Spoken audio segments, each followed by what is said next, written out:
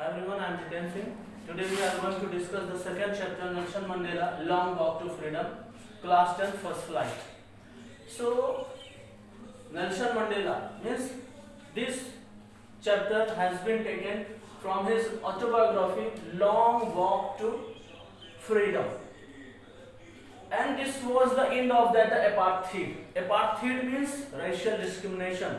So Nelson Mandela was going to take oath 10th May 1994. So there is some points we are going to discuss about that so that you easily understand the chapter. First topic is the first non-racial democratic government in South Africa. Second topic, the oath ceremony. Third, Jets demonstration to pay respect. Third is memories of freedom fighters against apartheid policy. According to Nelson Mandela, courage defined by Mandela and man's duties to fulfill. Sixth is meaning of freedom by Mandela, and seventh is true condition of oppressors. So one by one we will discuss on that points. So let's discuss first point. First means it was a clear, bright morning of 10th May 1994, and many world leaders gathered there. They wanted to pay respect to a new democratic non-racial government in South Africa. Thus there was a large gathering of many world leaders in the ceremony, and actually it was the end of the white supremacy in South Africa. And in this ceremony, Nelson Mandela was accompanied by his daughter Zenani. Zenani was also present there with Nelson Mandela. We talk about that the oath ceremony. The oath ceremony took place in Union Buildings in Pretoria. First of all, Mr. De Klerk was the first person who took oath as the second deputy president of South Africa, and the Thabo Mbeki was the second person who took oath as the first deputy president of South Africa. And then now Nelson Mandela's turn came. He took oath as the first black president of South Africa, and he pledged to respect and uphold his constitution and devote himself to the well-being of the people of South Africa. And he also promised to make nation free from poverty, suffering, deprivation and short of discriminations. And after that, it was the turn of that South African Jets started demonstration over the Union Buildings. Means they started to showering the flowers over that building. It was the pattern of that generals and the police officers to show their loyalty to the nation. And after that, the highest military generals, they saluted Nelson Mandela, and that time Nelson Mandela remembered that these highest military generals would have arrested him many years before. And after that, two national anthems. This is the point of that. Two national anthems were sung. First, the black people sang Die Stand. Black people sang Die Stand. And after that, the white people sang Koshi Shiklel e Afrika. And after that, in his speech, he spoke that this day came. This day came means the 10th May 1994. The sacrifices of the thousands of people and the policy of apartheid gave deep wound to his country. And after that, he discussed about that love and hate. He said that we should not hate to each other. No one is born to hate each other. People must learn to love. Because if they can hate, in the same way they can also learn to love each other. Because love is the natural quality which develops in the human being's heart.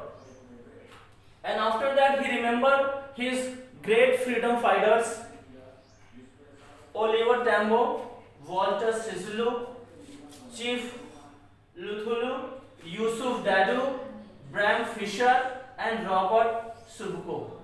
These are the great freedom fighters of South Africa, and those people who had lost their life for the country taught him the real meaning of courage. Courage, according to Nelson Mandela, courage was not the absence of fear, but victory over it. And again I am going to quote that his definition of courage. Courage was not absence of fear, but the victory over it. And this was the idea that took him towards the victory.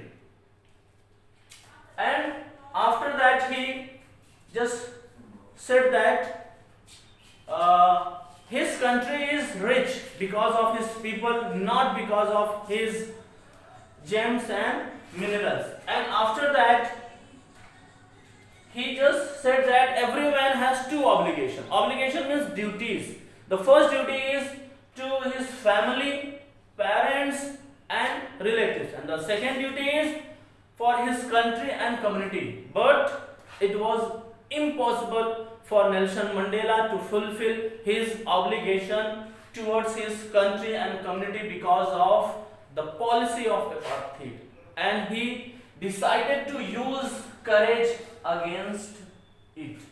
And after that we are going to discuss the point 6, meaning of freedom by Mandela. Actually Mandela was very hungry for his freedom. When he was kid, he had a different meaning for being free. He wanted to run in the fields, he wanted to stay out at nights. When he grew older, he wanted the freedom of livelihood for himself and his family. But soon he realized that such freedom was an illusion, and the brothers and sisters who looked like him were not free. So that's why he joined ANC. He joined ANC, African National Congress, and the hunger for freedom became great for the freedom of his people. And his desire was that everyone should be given the right to live his life with dignity and respect. And after that, in the end of that chapter, he discussed about the true condition of oppressor's mind. Oppressors means who exploit others.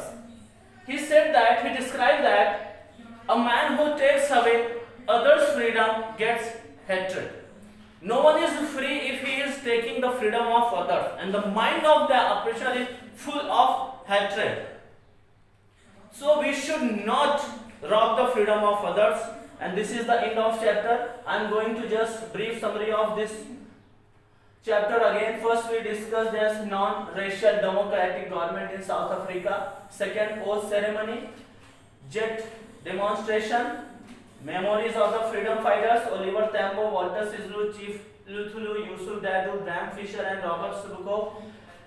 Courage, this is a very important topic. Courage defined by Mandela, meaning for freedom, the true condition of the oppressors. And I have already given you 10 short type question and 6 long type question. That questions are very important according to your board examination. So just prepare, and again we will meet the next chapter. The third chapter is divided into 2 parts. We will discuss on that. Goodbye and bye bye.